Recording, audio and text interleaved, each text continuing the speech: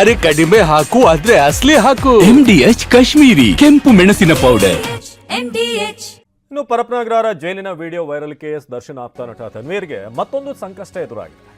ಧನ್ವೀರ್ ವಿರುದ್ಧ ದಾಖಲಾಗಲಿದೆ ಸಾಕ್ಷ್ಯ ನಾಶದ ಕೇಸ್. ಪೊಲೀಸರ ಕೈ ಸೇರಿದಂತಹ ಧನ್ವೀರ್ ಮೊಬೈಲ್ ರಿಟ್ರೀವ್ ವರದಿ ಅಂದ್ರೆ ಈ ಪರಪ್ಪನಗರ ಜೈಲಿನಲ್ಲಾದಂಥ ಒಂದಷ್ಟು ವಿಡಿಯೋಗಳೇನಾಗಿತ್ತು, ಡ್ಯಾನ್ಸ್ ಮಾಡೋದು, ಟಿವಿ ನೋಡೋದು, ಮೊಬೈಲನ್ನು ಯೂಸ್ ಮಾಡೋದೆಲ್ಲ ಕೂಡ ಇದು ವೈರಲ್ ಆಗಿದ್ದು ಹೇಗೆ ಅಂತ ಒಂದಷ್ಟು ಮಾಹಿತಿ ಕಲೆ ಹಾಕ್ತಾ ಹೋದ್ರು. ಧನ್ವೀರ್ನ ಕೂಡ ಅಲ್ಲಿ ಕರೆಸಲಾಯಿತು ವಿಚಾರಣೆಗೆ.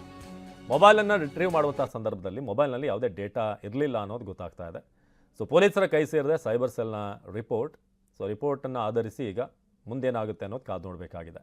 ಸೊ ಡೇಟಾ ಇಲ್ಲದ ಮೊಬೈಲನ್ನು ಕೊಟ್ಟು ಏನಾದರೂ ಧನ್ವೀರ್ ಯಾಮಾರಿಸಿದ್ರ?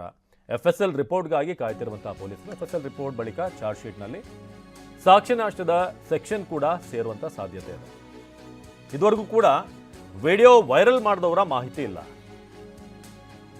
ಜೈಲಿಂದ ಬಂದಿದ್ದ ವಿಡಿಯೋ ಧನ್ವೀರ್ ವೈರಲ್ ಮಾಡಿದ ಹೌದಾ ಅಥವಾ ಯಾವುದೇ ಲಿಂಕ್ ಇಲ್ವಾ, ಇದರ ಬಗ್ಗೆ ಒಂದು ಕ್ಲಾರಿಟಿ ಸಿಗಬೇಕಾಗಿದೆ. ಸಾಕ್ಷ್ಯಗಳನ್ನು ನಾಶ ಮಾಡಿದ್ದಾರೆ ಅಂತ ಖಾಕಿ ತೀರ್ಮಾನ. ಸೊ ಚಾರ್ಜ್ ಶೀಟ್ನಲ್ಲಿ ಸಾಕ್ಷ್ಯ ನಾಶದ ಒಂದು ಸೆಕ್ಷನ್ ಕೂಡ ಸೇರಲಿದೆ ಅನ್ನೋದು ಗೊತ್ತಾಗ್ತಾ ಇದೆ. ಸೊ ವಿಡಿಯೋ ವೈರಲ್ ಹಿಂದಿನ ಕಾರಣದ ಕೈ ಇನ್ನೂ ಕೂಡ ನಿಗೂಢ. ಇದುವರೆಗೂ ಕೂಡ ವಿಡಿಯೋ ವೈರಲ್ ಮಾಡಿದವರ ಮಾಹಿತಿ ಇಲ್ಲ.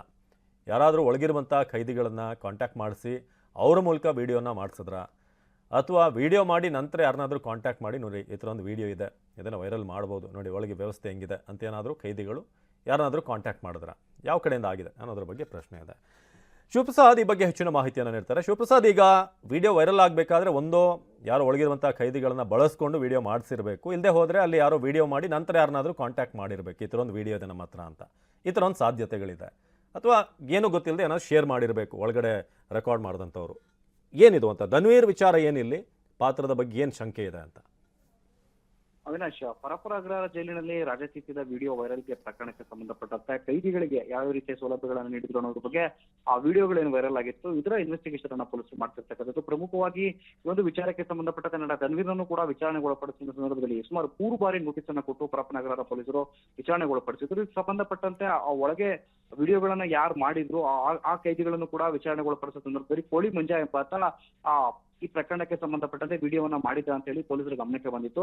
ಆ ಬಳಿಕ ಆತನನ್ನ ವಿಚಾರಣೆಗೊಳಪಡಿಸುವ ಸಂದರ್ಭದಲ್ಲಿ ವಿಲ್ಸನ್ ಗಾರ್ಡನ್ ನಾಗನ ಹೆಸರನ್ನ ಹೇಳಿರ್ತಕ್ಕಂಥದ್ದು. ರೌಡಿ ಶೀಟರ್ ವಿಲ್ಸನ್ ನಾಗನ ಅಣತಿಯ ಮೇರೆಗೆ ತಾನು ವಿಡಿಯೋವನ್ನ ವೈರಲ್ ಮಾಡಿದ್ದಾಗಿ, ಅಂದ್ರೆ ವಿಡಿಯೋವನ್ನ ಚಿತ್ರೀಕರಣ ಮಾಡಿದ್ದಾಗಿ ಆತ ಹೇಳಿದ. ಆ ಬಳಿಕ ಆ ವಿಡಿಯೋಗಳು ಕೂಡ ವೈರಲ್ ಆಗಿತ್ತು. ಧನ್ವೀರ್ನನ್ನ ವಿಚಾರಣೆಗೊಳಪಡಿಸುವ ಸಂದರ್ಭದಲ್ಲಿ ಆತ ದರ್ಶನ್ ಪತ್ನಿಯಾಗಿರ್ತಕ್ಕಂಥ ವಿಜಯಲಕ್ಷ್ಮಿಗೆ ನಾನು ವಿಡಿಯೋವನ್ನ ಕಳಿಸಿದ್ದೆ ಅಂತ ಹೇಳಿ ವಿಚಾರಣೆ ವೇಳೆಯಲ್ಲಿ ಹೇಳಿದ್ರು. ಆ ಬಳಿಕ ಒಂದಷ್ಟು ದರ್ಶನ್ಗೆ ಸಂಬಂಧಪಟ್ಟಂತ ಫ್ಯಾನ್ಸ್ ಪೇಜ್ಗಳಲ್ಲೂ ಕೂಡ ಅವು ಸಾಕಷ್ಟು ವೈರಲ್ ಆಗಿತ್ತು. ಈ ವಿಚಾರಕ್ಕೆ ಸಂಬಂಧಪಟ್ಟಂತೆ ಆತನ ಧನ್ವೀರ್ನಿಂದ ಮೊಬೈಲ್ ಅನ್ನ ಪಡೆದುಕೊಂಡು ಪೊಲೀಸರು ರಿಟ್ರೀವ್ ಮಾಡಿದಂತ ವೇಳೆಯಲ್ಲಿ ಈಗಾಗಲೇ ಸೈಬರ್ ಸೆಲ್ ನ ರಿಪೋರ್ಟ್ ಪೊಲೀಸರ ಕೈ ಸೇರಿರ್ತಕ್ಕಂಥದ್ದು. ಆ ಒಂದು ಮೊಬೈಲ್ ನಲ್ಲಿ ಯಾವುದೇ ರೀತಿಯ ಡೇಟಾಗಳು ಇಲ್ಲ ಅಂತ ಹೇಳಿ ಪೊಲೀಸರ ಗಮನಕ್ಕೆ ಬಂದಿದೆ. ಆದ್ರೆ ಪೊಲೀಸರ ವಿಚಾರಣೆ ವೇಳೆಯಲ್ಲಿ ಧನ್ವೀರ್ ಆ ಒಂದು ಮೊಬೈಲ್ ನಲ್ಲಿದ್ದಂತ ವಿಡಿಯೋಗಳನ್ನ ವಿಜಯಲಕ್ಷ್ಮಿಗೆ ಶೇರ್ ಮಾಡಿದ್ದಾಗಿ ಹೇಳಿದ್ದಾಗ್ಯೂ ಕೂಡ ಆ ಬಳಿಕ ಆ ಮೊಬೈಲ್ ನಲ್ಲಿ ಯಾವುದೇ ರೀತಿಯ ವಿಡಿಯೋಗಳಿರಲಿಲ್ಲ. ಇದನ್ನ ಎವಿಡೆನ್ಸ್ ಆಗಿ ಪೊಲೀಸರು ತೆಗೆದುಕೊಳ್ಳೋದಕ್ಕೆ ಈ ನೆಲೆಯಲ್ಲಿ ಆತನ ಮೊಬೈಲ್ ಅನ್ನ ಸೀಸ್ ಮಾಡಿರ್ತಕ್ಕಂಥದ್ದು. ಆ ಬಳಿಕ ವಿಡಿಯೋ ಸಾಕಷ್ಟು ವೈರಲ್ ಆಗಿತ್ತು.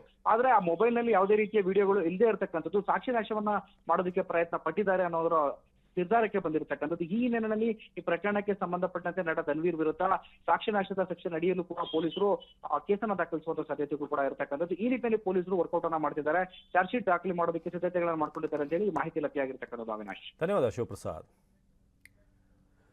MDH ನ ಕಿಚನ್ ಅಲ್ಲಿದ್ರೆ ನಾವು ಎಲ್ಲವನ್ನು ಮಾಡಬಹುದು. ಬೆಂಗನ್ಕ ಬರ್ತಾ, ಆಲೂ ಗೋಬಿ, ಬೆಂಡಿ ಮಸಾಲಾ, ಇನ್ನೂ ಬಹಳಷ್ಟು.